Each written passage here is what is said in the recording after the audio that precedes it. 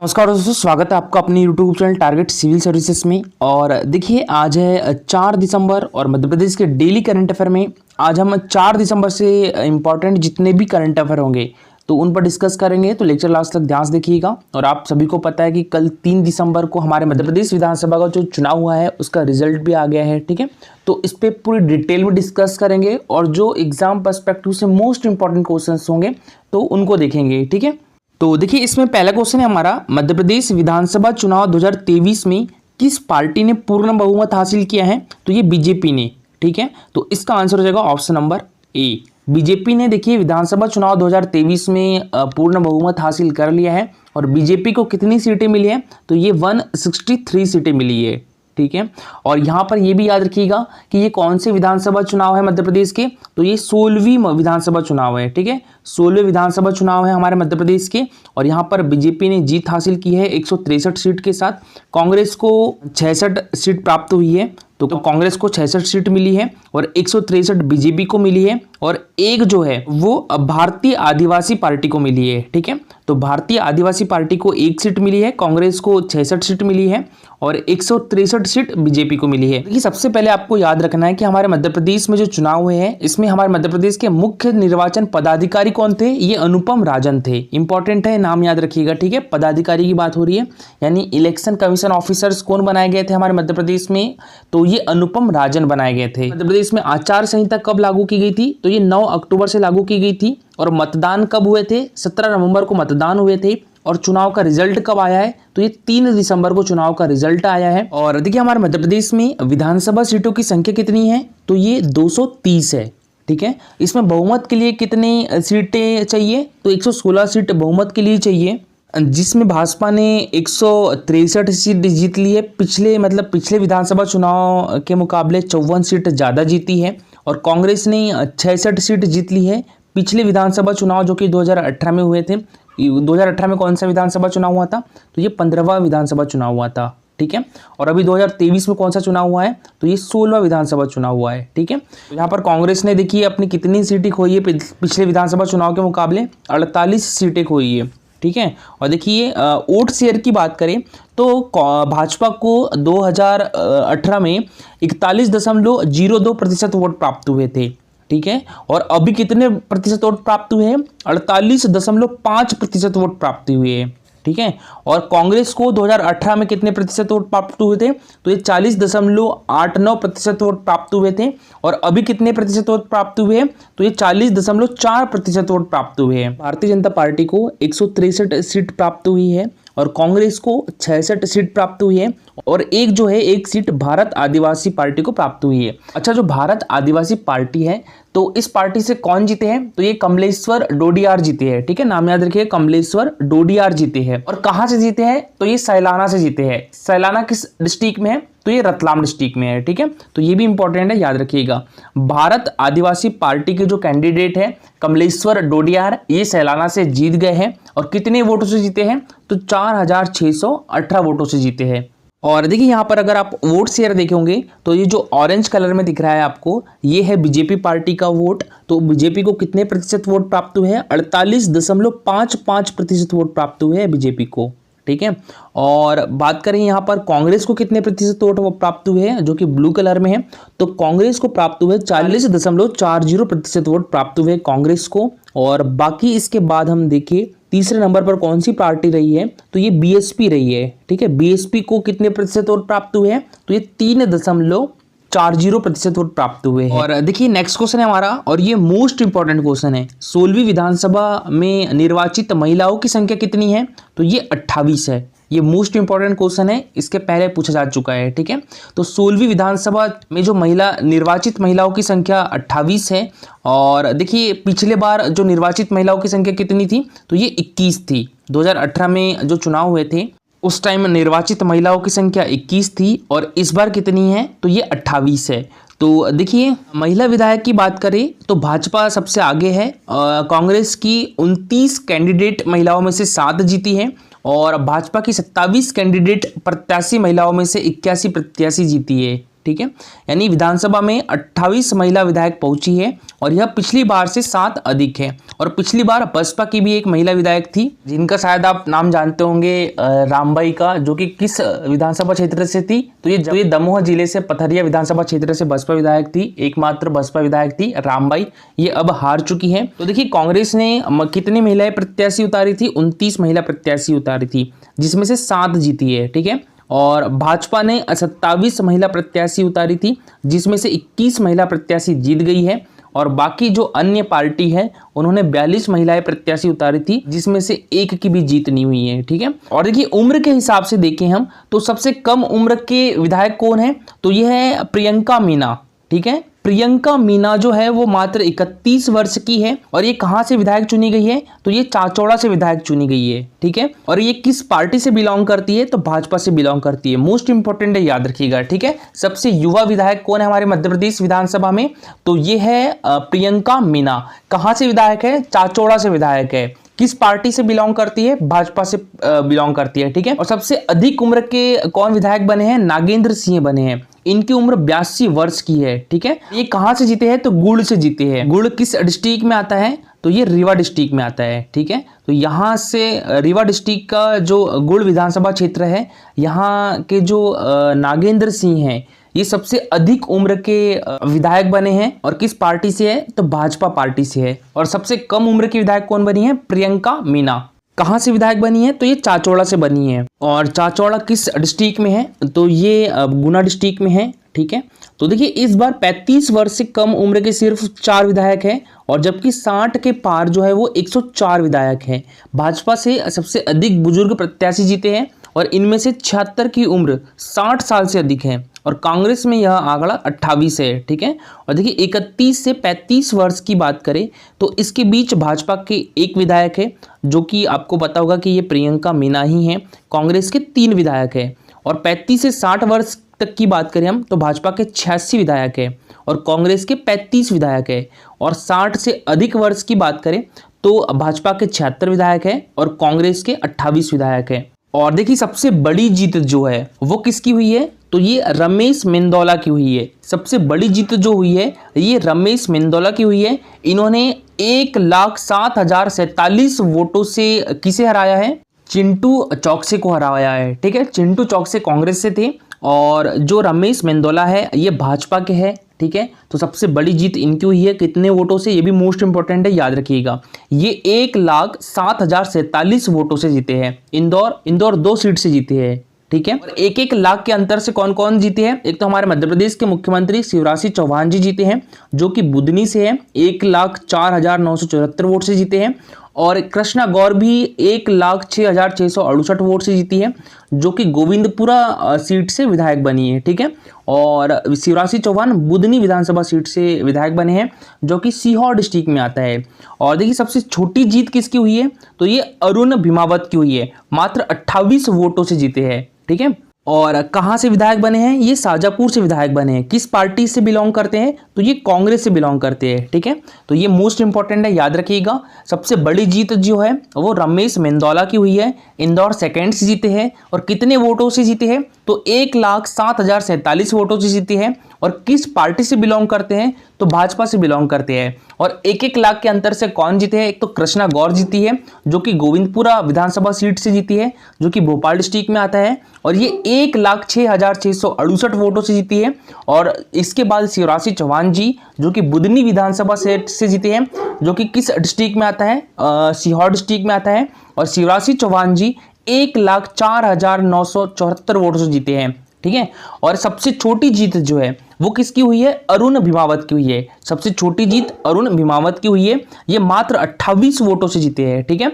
और किस पार्टी से बिलोंग करते हैं, तो कांग्रेस पार्टी से बिलोंग करते हैं। और कहां से जीते हैं, तो शाजापुर से जीते हैं। और 50,000 से 1 लाख के अंतर में कौन कौन जीते हैं, एक तो रामेश्वर शर्मा जीते हैं, गोपाल भार्गव जीते हैं। गोपाल भार्गव 72,800 वोटों से जीते हैं। और एक मालिनी गौड़ जीती है, ठीक है। इंदौर 4 से जीती है, 69,837 वोटों से जीती है। तो ये भी भाजपा के हैं, और गोपाल भार्गव भी भाजपा के हैं, और रामेश्वर शर्मा भी भाजपा के हैं, ठीक है। और देखिए सबसे ज्यादा बार जीतने वाले विधायक कौन बन गए हैं, तो ये गोपाल भार्गव बन गए हैं, ठीक है। और गोपाल भार्गव अभी हमारे मध्य प्रदेश कैबिनेट में मंत्री भी हैं। तो गोपाल भार्गव के पास अभी कौन सा विभाग है? लोक निर्माण विभाग, कुटीर एवं ग्रामोद्योग विभाग है गोपाल भार्गव के पास। तो देखिए भाजपा के गोपाल भार्गव लगातार 9वीं बार विधायक बने हैं। मोस्ट इंपॉर्टेंट है, याद रखिएगा ये भी, ठीक है। जो गोपाल भार्गव जी है ये लगातार 9वीं बार विधायक बने हैं। 1985 से जीत रहे भारतीय जनता पार्टी के 71 वर्षीय गोपाल भार्गव लगातार 9वीं बार सागर की रहली सीट से जीते हैं, ठीक है। तो कहां से जीते हैं? ये सागर की रहली सीट से जीते हैं और वे 1985 से अब तक जीतने वाले एकमात्र विधायक है, ठीक है। तो ये मोस्ट इंपॉर्टेंट है, याद रखिएगा। सबसे ज्यादा बार जीतने वाले विधायक कौन बने हैं? गोपाल भार्गव बने हैं। ये अभी हमारे मध्य प्रदेश कैबिनेट में मंत्री भी है और ये 1985 से लगातार जीत रहे हैं। और ये कौन सी बार विधायक बने हैं? तो 9वीं बार विधायक बने हैं। और किस सीट से बने हैं? तो ये रहली विधानसभा सीट से बने हैं। रहली विधानसभा सीट जो है वो सागर डिस्ट्रिक्ट में है। और देखिए पढ़े लिखे विधायकों की बात करें तो इस बार हमारे मध्य प्रदेश विधानसभा में 188 ग्रेजुएट या इससे अधिक पढ़े लिखे विधायक पहुंचे हैं। ये 81% विधायकों की जो शिक्षा है वो कॉलेज तक हुई है, जिसमें देखिए 111 जो विधायक बने हैं वो ग्रेजुएट हैं, 2 विधायक इंजीनियर है, ठीक है। और 23 विधायक जो है वो 12th पास है और 19 विधायक 10वीं पास है। और जो 75 विधायक है वो पोस्ट ग्रेजुएट है, मात्र 75 विधायक ही पोस्ट ग्रेजुएट है। और किस पार्टी के कितने ग्रेजुएट हैं? भाजपा के 73 विधायक ग्रेजुएट हैं, कांग्रेस के 36 विधायक ग्रेजुएट हैं और अन्य पार्टी जो कि आपको पता होगा कि भारत आदिवासी पार्टी ही है, तो यहाँ पर वो भी ग्रेजुएट हैं। तो सर्वाधिक ग्रेजुएट भाजपा के हैं इस बार और एक भी विधायक निरक्षर नहीं है इस बार। और देखिए आपको मैं कुछ एग्जाम पर्सपेक्टिव से भी इंपॉर्टेंट चीजें बता देता हूं जो कि आपके आने वाले एग्जाम के लिए काफी हेल्पफुल होगी। तो देखिए हमारे मध्य प्रदेश में सीटों का वितरण की बात करें तो देखिए एक विधानसभा, लोकसभा और राज्यसभा की बात करें तो विधानसभा में कितनी सीटें हैं? तो ये 230 सीटें हैं, ठीक है। विधानसभा में 230 सीटें हैं, जिसमें एससी के लिए, एसटी के लिए कितनी आरक्षित सीटें हैं? तो 47 सीटें जो है वो एसटी के लिए आरक्षित है और 35 सीट जो है वो एससी के लिए आरक्षित है, ठीक है। तो अनुसूचित जनजाति के लिए 47 सीट आरक्षित है हमारे मध्य प्रदेश विधानसभा में और अनुसूचित जाति के लिए जो है वो 35 सीट आरक्षित है, ठीक है। और लोकसभा की बात करें तो 29 सीट है हमारे मध्य प्रदेश लोकसभा सीट कितनी है? 29 सीट है, जिसमें से अनुसूचित जनजाति के लिए 6 आरक्षित है और अनुसूचित जाति के लिए जो है वो 4 सीटें आरक्षित है। और राज्यसभा की बात करें तो वर्तमान में हमारे मध्य प्रदेश में राज्यसभा की कितनी सीटें हैं? तो 11 सीटें हैं, ठीक है। जिसमें से 2 महिला राज्यसभा सांसद भी है। कौन कौन? एक तो सुमित्रा वाल्मीकि और एक कविता पाटीदार। देखिए महिला विधायक का नाम, देखिए महिला सांसद हो, विधायक हो, इनका याद रखिएगा कि कितनी महिला विधायक हैं, कितनी लोकसभा सांसद महिलाएं हैं और कितनी राज्यसभा सांसद महिलाएं हैं। तो 2 हमारे मध्य प्रदेश से जो 2 राज्यसभा सांसद है, महिला राज्यसभा सांसद है, वो कौन कौन है? सुमित्रा वाल्मीकि जो कि बीजेपी से है और कविता पाटीदार ये भी बीजेपी से है। और दोनों कब बने थे? तो ये 2022 में बने थे, ठीक है। हमारे मध्य प्रदेश में कितनी महिला लोकसभा सांसद है? तो 4 महिला लोकसभा सांसद है, ठीक है। कौन कौन से? तो एक तो संध्या राय जो कि भिंड डिस्ट्रिक्ट से है और एक साध्वी प्रज्ञा जो कि भोपाल डिस्ट्रिक्ट से सांसद है और एक हिमाद्री सिंह जो कि शहडोल डिस्ट्रिक्ट से सांसद है और एक अदिति पाठक जो कि सीधी डिस्ट्रिक्ट से सांसद है, लोकसभा सांसद है, ठीक है। तो ये चारों का नाम याद रखिएगा। लोकसभा सांसद है महिलाएं, कितनी लोकसभा सांसद महिलाएं हैं हमारे मध्य प्रदेश में? 4 महिलाएं लोकसभा सांसद है। संध्या राय जो कि भिंड डिस्ट्रिक्ट से है, साध्वी प्रज्ञा जो कि भोपाल डिस्ट्रिक्ट से है, हिमाद्री सिंह जो कि शहडोल डिस्ट्रिक्ट से है और एक अदिति पाठक जो कि सीधी डिस्ट्रिक्ट से है, ठीक है। और जो 15वीं विधानसभा चुनाव कब हुए थे हमारे मध्य प्रदेश में? तो ये 2018 में हुए थे। यहाँ पर निर्वाचित महिलाओं की संख्या कितनी थी? तो ये 21 थी, मोस्ट इंपॉर्टेंट है। और अभी 16वीं विधानसभा में निर्वाचित महिलाओं की संख्या कितनी है? तो ये हो गई है अब 28, मोस्ट इंपॉर्टेंट है। और देखिए यहाँ पर एक चीज और याद रखिएगा, हमारे मध्य प्रदेश विधानसभा सीटों की संख्या 230 है, ठीक है। और जो अविभाजित मध्य प्रदेश था तो इसमें विधानसभा सीटों की संख्या कितनी थी? तो ये 320 थी, ठीक है। अविभाजित मध्य प्रदेश विधानसभा सीटों की संख्या कितनी थी? तो ये 320 थी। और अविभाजित मध्य प्रदेश में लोकसभा सीटों की संख्या कितनी थी? तो ये 40 थी। ये अविभाजित मध्य प्रदेश की बात हो रही है सन 2000 पहले, ठीक है। सन 2000 के पहले, जब 2000 में छत्तीसगढ़ राज्य हमारे मध्य प्रदेश से अलग होकर बना था, उसके पहले की बात हो रही थी। तो उस टाइम हमारे मध्य प्रदेश लोकसभा सीटों की संख्या 40 थी और राज्यसभा सीटों की संख्या कितनी थी? तो 16 थी, ठीक है। अविभाजित मध्य प्रदेश में राज्यसभा सीटों की संख्या 16 थी, अभी 11 है। अविभाजित मध्य प्रदेश में लोकसभा सीटों की संख्या 40 थी, अभी 29 है। अविभाजित मध्य प्रदेश में विधानसभा सीटों की संख्या 320 थी, अभी कितनी है, तो ये 230 है। और देखिए जो विधायिका है ये कानून निर्माण करने वाली संस्था को कहा जाता है, और हमारे मध्य प्रदेश की विधायिका एक सदनी है जिसे विधानसभा कहते हैं। हमारे मध्य प्रदेश के गठन के पश्चात 1 नवंबर 1956 को मध्य प्रदेश की विधानसभा अस्तित्व में आई, और इसका जो पहला अधिवेशन है वो 17 दिसंबर 1956 को हुआ था। और अब वर्तमान विधानसभा अवधि 2023 से 2028 तक रहेगी। मध्य प्रदेश में विधानसभा सीटों की संख्या 230 है। इसमें 230 सदस्यों में से अनुसूचित जनजातियों के लिए कितने सीट आरक्षित है, तो 47 है, और अनुसूचित जातियों के लिए 35 सीट आरक्षित है। मध्य प्रदेश विधानसभा का पुराना नाम क्या था, मिंटो हॉल था। 1996 के पश्चात मध्य प्रदेश में विधानसभा का नया भवन बनाया गया जिसे इंदिरा गांधी विधान भवन कहा जाता है, और इंदिरा गांधी विधानसभा भवन का उद्घाटन 30 अगस्त 1996 में तत्कालीन राष्ट्रपति डॉक्टर शंकर दयाल शर्मा जी के द्वारा किया गया था। और इस भवन का डिजाइन जो है वो विख्यात वास्तुविद सी कोरिया ने किया था, यानी चार्ल्स कोरिया ने किया था। और देखिए चार्ल्स कोरिया जो है वो इंडियन थे। ये इनका जन्म जो है हमारे देश के हैदराबाद में हुआ था, और इनकी जो मृत्यु है वो 2015 में मुंबई में हुई थी। इंदिरा गांधी विधानसभा भवन कहाँ पर है, तो ये हमारे मध्य प्रदेश की राजधानी भोपाल में अरेरा पहाड़ी पर है। ये भी याद रखिएगा, ठीक है, कौन सी पहाड़ी पर है, अरेरा पहाड़ी पर है। और इंदिरा गांधी विधान भवन को आगा खां अवार्ड भी प्राप्त हो चुका है। और विधानसभा अध्यक्ष की बात करें तो देखिए अध्यक्ष विधानसभा की बैठकों की अध्यक्षता करते हैं, और यह सामान्यतः सत्ता दल का होता है। और मध्य प्रदेश विधानसभा के प्रथम अध्यक्ष कौन थे, पंडित कुंजीलाल दुबे जी थे। और सबसे लंबे समय तक अध्यक्ष पंडित कुंजीलाल दुबे जी रहे हैं। ये 10 वर्ष 4 माह तक हमारे मध्य प्रदेश विधानसभा के अध्यक्ष रहे हैं। और सबसे कम समय तक विधानसभा अध्यक्ष कौन रहे हैं, तो ये तेजलाल ढेबरे रहे हैं। ये मात्र 4 माह 17 दिन तक हमारे मध्य प्रदेश के विधानसभा अध्यक्ष रहे हैं। और मध्य प्रदेश विधानसभा उपाध्यक्ष की बात करें तो विधानसभा उपाध्यक्ष अध्यक्ष की नियुक्ति में सदन की अध्यक्षता करता है, और यह सामान्यतः विपक्षी दल का नेता होता है। और वे उपाध्यक्ष 2 अध्यक्ष भी रहे हैं, तो एक रामकिशोर शुक्ला है, श्रीनिवास तिवारी है, और ईश्वर दास रोहानी है। और वर्तमान विधानसभा अध्यक्ष कौन है, तो देखिए अभी वर्तमान में विधानसभा अध्यक्ष कोई नहीं है। गिरीश गौतम जो है वो हमारे मध्य प्रदेश विधानसभा के अध्यक्ष है। गिरीश गौतम हमारे मध्य प्रदेश विधानसभा के अध्यक्ष है, ठीक है, तो यहाँ पर कट कर लीजिएगा। और पहले विधानसभा उपाध्यक्ष कौन थे, श्री विष्णु विनायक सरवटे थे। सबसे लंबे समय तक उपाध्यक्ष हजारीलाल रघुवंशी जी रहे हैं, 2003 से लेकर 2008 तक। और सबसे कम समय तक उपाध्यक्ष है वो विष्णु विनायक सरवटे रहे हैं, ठीक है। और रामकिशोर शुक्ला और श्रीनिवास तिवारी ही हमारे मध्य प्रदेश के प्रोटेम स्पीकर प्लस विधानसभा अध्यक्ष प्लस उपाध्यक्ष भी रह चुके हैं। तो जो रामकिशोर शुक्ला है और श्रीनिवास तिवारी है ये हमारे मध्य प्रदेश के प्रोटेम स्पीकर, विधानसभा उपाध्यक्ष, विधानसभा अध्यक्ष तीनों रह चुके हैं। और नेता प्रतिपक्ष की बात करें तो यह सदन में विपक्षी दल का नेता होता है। और वर्तमान में नेता प्रतिपक्ष श्री गोविंद सिंह जी थे, जो कि अभी चुनाव हार चुके हैं, कांग्रेस पार्टी से बिलोंग करते हैं। और विपक्ष के नेता को कैबिनेट मंत्री का दर्जा प्राप्त होता है। मध्य प्रदेश विधानसभा के प्रथम विपक्ष के नेता कौन थे, विष्णुनाथ यादव राव तामस्कर जी थे। और प्रथम महिला नेता प्रतिपक्ष कौन थे, श्रीमती जमुना देवी थी। और मुख्यमंत्री की बात करें तो मुख्यमंत्री कार्यपालिका का मुखिया होता है। शक्तियों का वास्तविक प्रयोग मुख्यमंत्री के नेतृत्व वाली मंत्री परिषद करती है। साधारणतः मुख्यमंत्री ही सदन का नेता होता है, लेकिन चौथी विधानसभा में 1967 से जो कि 1972 तक श्रीमती विजया राजे सिंधिया सदन की नेता थी। मध्य प्रदेश के पहले मुख्यमंत्री पंडित रविशंकर शुक्ल जी थे। प्रकाश चंद्र सेठी जो है मध्य प्रदेश राज्य योजना मंडल के प्रथम अध्यक्ष थे। श्री अर्जुन सिंह सबसे कम कार्यकाल पूरा करने वाले मुख्यमंत्री है, मात्र 1 दिन का कार्यकाल था इनका।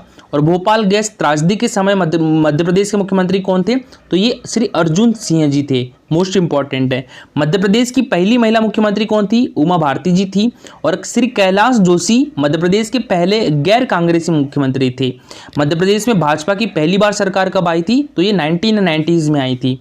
और अब तक हमारे मध्य प्रदेश में 4 व्यक्ति उप मुख्यमंत्री के पद पर रह चुके हैं, श्रीमती जमुना देवी, श्री वीरेंद्र कुमार सकलेचा, श्री शिव भानु सोलंकी और श्री सुभाष यादव। और देखिए राज्य की वास्तविक शक्ति मुख्यमंत्री में निहित होती है। संविधान के 164 अनुच्छेद में वर्णित है। नियुक्ति और शपथ राज्यपाल के द्वारा दिलाई जाती है। कार्यकाल इनका 5 वर्ष का होता है, न्यूनतम आयु 25 वर्ष होनी चाहिए मुख्यमंत्री बनने के लिए, और मुख्यमंत्री का वेतन कितना है हमारे मध्य प्रदेश में, तो ये 2,55,000 है। और देखिए ये कुछ इंपॉर्टेंट फैक्ट थे जो कि आने वाले एग्जाम में आपके लिए हेल्पफुल होंगे। मैं आशा करता हूं कि आपको सारी चीजें अच्छी से समझ आई होगी। अगर अच्छी समझ आई है तो इस वीडियो को शेयर जरूर करिएगा और कमेंट बॉक्स में लिख के जरूर बताइएगा। और देखिए आज के लिए एक और क्वेश्चन है आपके लिए। हाल ही में 2 से 3 दिसंबर 2023 को भोपाल गैस त्रासदी की कौन सी बरसी मनाई गई है, तो ये 39वीं बरसी बनाई गई है। ठीक है, तो इसका आंसर हो जाएगा ऑप्शन नंबर बी। ये भी मोस्ट इंपॉर्टेंट क्वेश्चन है क्योंकि ये एग्जाम में पूछा जा चुका है। ठीक है, तो देखिए भोपाल गैस त्रासदी कब हुई थी, तो ये 2-3 दिसंबर 1984 में हुई थी। ठीक है, यहां पर जो है मिथाइल आइसोसाइनेट गैस का रिसाव हुआ था जिसमें से कई हजारों लोगों की मृत्यु हो गई थी और कई इंजर्ड भी हुए थे। ठीक है, तो ये डेट मोस्ट इंपॉर्टेंट है, याद रखिएगा।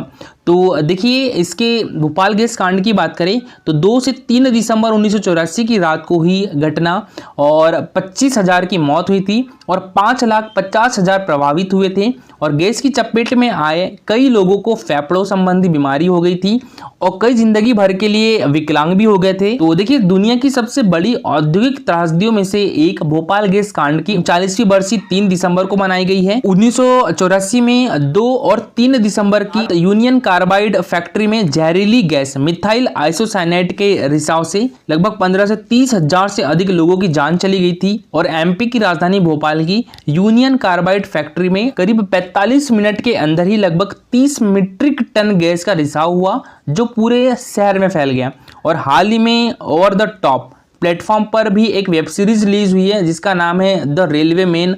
तो ये किससे रिलेटेड है द रेलवे मैन, तो ये भोपाल गैस त्रासदी से ही इसी पर बनाई गई है। The railway man most important है। और देखिए चिकित्सा जगत के भीष्म पितामह कहे जाने वाले डॉक्टर एनपी मिश्रा को मरणोपरांत पद्मश्री सम्मान 2022 से नवाजा गया है और भोपाल गैस त्रासदी के समय डॉक्टर एनपी मिश्रा ने अद्वितीय योगदान दिया था। तो ये भी याद रखिएगा, मोस्ट इंपॉर्टेंट है। ठीक है, डॉक्टर एनपी मिश्रा जी जो है इनका संबंध चिकित्सा से था और इनको वर्ष 2022 का पद्मश्री सम्मान से सम्मानित किया गया था। और देखिए कल का हमारा क्वेश्चन था, देखिए मध्य प्रदेश का जो 17वां नगर निगम है तो वो कौन सा शहर बन गया है, तो ये भिंड शहर बन गया है। तो इसका आंसर हो जाएगा ऑप्शन नंबर ए। ठीक है, हमारे मध्य प्रदेश का 17वां नगर निगम कौन सा शहर बन गया है, तो ये भिंड नगर निगम बन गया है। तो याद रखिएगा जो भिंड शहर है ये हमारे मध्य प्रदेश का 17वां नगर निगम बन गया है। अभी तक हमारे मध्य प्रदेश में कितने नगर निगम थे, तो ये 16 नगर निगम थे। ठीक है, और अभी हमारे मध्य प्रदेश का 17वां नगर निगम कौन सा बन गया है, तो भिंड नगर निगम बन गया है। तो देखिए अगर 16 नगर निगम की बात करें तो कौन कौन से, एक तो मुरैना है, एक तो ग्वालियर है, सागर है, रीवा है, सतना, सिंगरौली, जबलपुर, कटनी, छिंदवाड़ा, भोपाल, इंदौर और खंडवा, बुरहानपुर, उज्जैन, देवास, रतलाम। अभी तक हमारे मध्य प्रदेश में ये 16 नगर निगम थे। अब इसमें एक और ऐड हो गया है तो अब हमारे मध्य प्रदेश में 17 नगर निगम हो गए हैं। और देखिए हमारे मध्य प्रदेश का जो है वो पहला नगर निगम कौन सा था, तो जबलपुर था। हमारे मध्य प्रदेश का पहला नगर निगम कौन सा था, तो जबलपुर था। मध्य प्रदेश का प्रथम नगर पालिका कौन सी थी, तो दतिया थी। ठीक है, अगर पूछा जाए कि हमारे मध्य प्रदेश की प्रथम नगर निगम कौन सा था, तो जबलपुर था। कब बना था ये, 1864 में बना था। कब बना था, 1864 में बना था। फिर देखिए 1 नवंबर 1956 के बाद नगरपालिका अधिनियम 1956 लागू हुआ और बाद में मध्य प्रदेश नगरपालिका अधिनियम 1961 पारित हुआ और 30 दिसंबर 1993 को हमारे मध्य प्रदेश की विधानसभा में मध्य प्रदेश नगरपालिका विधेयक पारित हुआ। 1992 में, ये मोस्ट इंपॉर्टेंट है, याद रखिएगा, 1992 में 74वां संविधान संशोधन हुआ था। ठीक है, 1992 में 74वां संविधान संशोधन अधिनियम बना जो 16 जनवरी 1993 से लागू हुआ था और मध्य प्रदेश में 74वां संविधान के क्रियान्वयन हेतु मध्य प्रदेश नगरपालिका अधिनियम 1994 पारित किया गया था। 74वां संविधान संशोधन अधिनियम कब बना था, ये 1992 में बना था। ठीक है, और ये लागू कब हुआ था, 1993 में हुआ था। और जो हमारा मध्य प्रदेश है तो मध्य प्रदेश में 74वें संविधान के क्रियान्वयन हेतु मध्य प्रदेश नगरपालिका अधिनियम कब पारित हुआ था, तो ये 94 में हुआ था, 1994 में हुआ था। और इसके तहत त्रिस्तरीय नगरीय निकायों की व्यवस्था की गई थी। कितने स्तरीय, त्रिस्तरीय। ये क्वेश्चन एग्जाम में पूछा जा चुका है। तो इसके तहत जो है वो त्रिस्तरीय नगर निकायों की व्यवस्था की गई थी। हमारा मध्य प्रदेश इस अधिनियम का अनुपालन करने वाला देश का पहला राज्य भी था।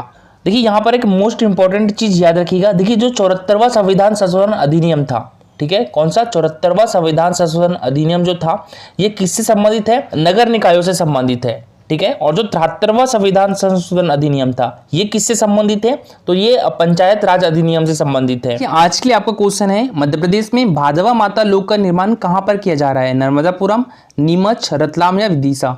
तो इसका आंसर कमेंट बॉक्स में लिखिएगा। और देखिए दोस्तों, ये है हमारा Telegram channel target civil services. तो इस पर डेली 20 क्वेश्चन के क्विज होते हैं, तो आप भी इसमें पार्टिसिपेट कर सकते हो। टेलीग्राम चैनल की लिंक आपको हमारे वीडियो के डिस्क्रिप्शन बॉक्स में मिल जाएगी। और देखिए आज के लिए इतना है। अगर लेक्चर अच्छा लगा हो तो लाइक और शेयर जरूर करिएगा। अगर आप इस चैनल पर नए हो तो सब्सक्राइब भी कर लीजिए। Thank you so much for watching this video.